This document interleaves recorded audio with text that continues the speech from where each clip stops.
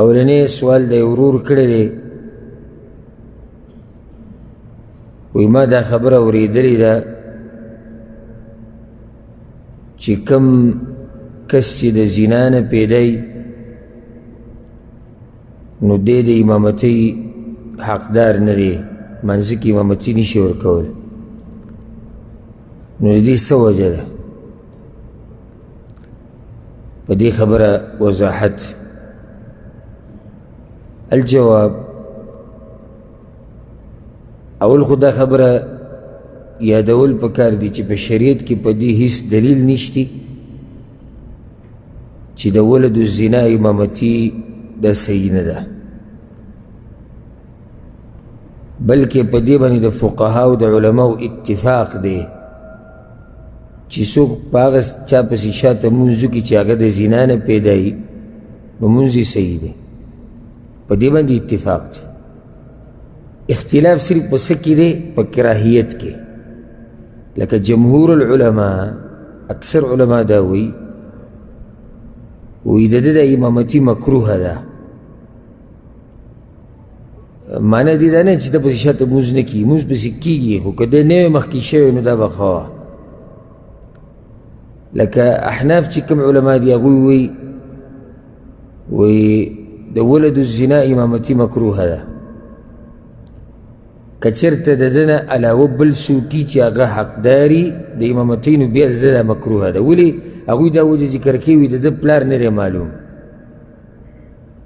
نو کیدای شي چې دی جاهلي او علم به ورسره نه وي ځکه چې پلار ورله تربیت نه دی ورکړی دغه شان امام مالک مذهب والا هغوی هم دغه خبره کوي وی ولد الزنا پسې شاته مونځ صحیح دی خو پوخ امام ته جوړول نه دي پکار دا مکروهه دی حرام ورته نه وي مکروهه ورته وي دغه شان امام شافعي مذهب والا هم دا وایي مطلب اکثر علما دا خبره کوي امام احمد بن حنبل رحمه الله دا مذهب چې کوم علما دي حنابله هغوی دا وایي چې د ده په امامتۍ کې هېڅ کراهیت نشته ولې د ده امامتي مکروهه ده چې دیندارۍ کې برابري بس بیا امامتي هم صحیح او دا د ډېرو مشرانو علماو قول دی لکه سلیمان بن موسی او امام حسن امام النخعي الزهري عمرو بن دینار اسحاق بن راهويه رحمهم الله دې ټولو دا قول دی دوی دا خبره کوي ګوره وی حدیث کې دا راځي په صحیح مسلم کې دا حدیث دی چې یؤم القوم اقرأهم لکتاب الله د یو قوم امامتي به هغه څوک کوي چې د الله په کتاب ډېر ښه پوهېږي نو چې اوس ولد الزنا په کتاب د الله باندې ښه پوهېږي نو څه چلی به د امامتۍ ده ولې د امامتي نشي کولی عایشه رضی الله عنها روایت ته امام بیهقي راوړی دی وی لیس علیه من وزر ابویه شی ګناه خو د هغه مور پلار کړې ده نو په ده باندې سره دغه ګناه بوج اچولی کېږي الله قرآن کوي ولا تزر وازرة وزر اخرى د یو کس بوج په بل باندې مه ږدئ ان اکرمکم عند الله اتقاکم الله وی په تاسو کې عزتمن سړی هغه دی چې څوک تقواداري نو راجح او مضبوط قول دا ښکاري والله اعلم چې کم سړی چې د زنا نه پیدایي او دی د امامتۍ حقداري او دینداره سړی او د دین په تله برابري د امامتي بالکل صحیح ده هېڅ کراهیت پکې نشته دغه علماو سره په دې څه دلیل هم نشته کوم چې دا وایي چې د دې امامتي مکروه ده که څوک دا وایي چې د دې چې د زنا نه پیدا نو پیدا دی ده پکې څه ګناه ده پیدا شو د زنا نه نو ده پکې څه ګناه ده او په خپله روغ سړی دی دینداره دی په کتاب پوهېږي په سنت پوهېږي نو چې په دې هر څه پوهېږي نو بیا څه دلیل دی په دې باندې چې د امامتۍ نه شاته کړي امام شعبي رحمه الله د هغه نه چا تپوس وکړي د دغه سړي امامت څنګه دی چې هغه ولد الزنا د زنا نه پیدایي نو هغه وی زه داسې مشر پېژنم او امام چې پلار یې نه دی معلوم چې پلار یې څوک دی دغه شان د امام ابو حنیفه رحمه الله وی ما د امام عطا نه تپوس وکړو چې دا ولد الزنا امامتي کولی شي که نه وی چې لا بأس به هېڅ خبره نه ده بیا ده ووي امام عطا ووي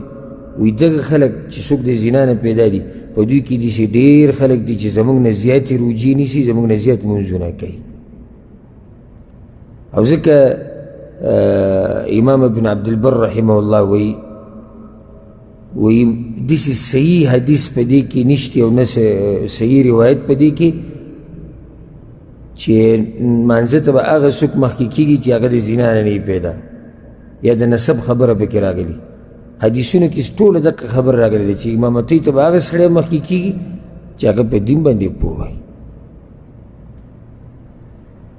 نو که چېرته سجي کې یو کس مانځه ته مخکې شي هغه د زنا نه پیدا وي نو امامتي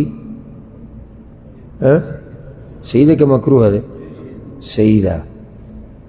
هیڅ حرج به کې نشته هیڅ دلیل د دغه علماو سره نشته مولیانو سره کوم چې ورته مکروه وایي هیڅ دلیل نشته هغه ټول عقلي خبره کوي ها داسې کیدی شي اوس که یو ځي کې د دې نه مسله جوړېږي لکه اوس یو ځي کې امام غوره کوي او په دې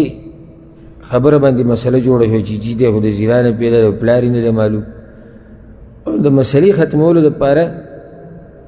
بیا داسې پکار دی چې بل کس وګوري چې هغه دیندار او د امامتۍ په دې شروطو پوره وي صرف د دې مسلې ختمولو لپاره نور موږ دا نه وایو چې د په امامتۍ کې څه چل دی سړی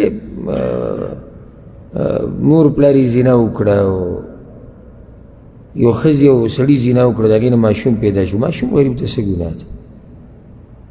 او شریعت کې الحمدلله په هېڅ چا باندې ظلم نشته او دا خو ظلم دی چې کله داسې کس ته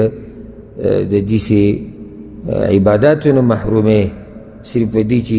مور یې زنا کړې دی یا پلار یې زنا کړې ده والعیاذ بالله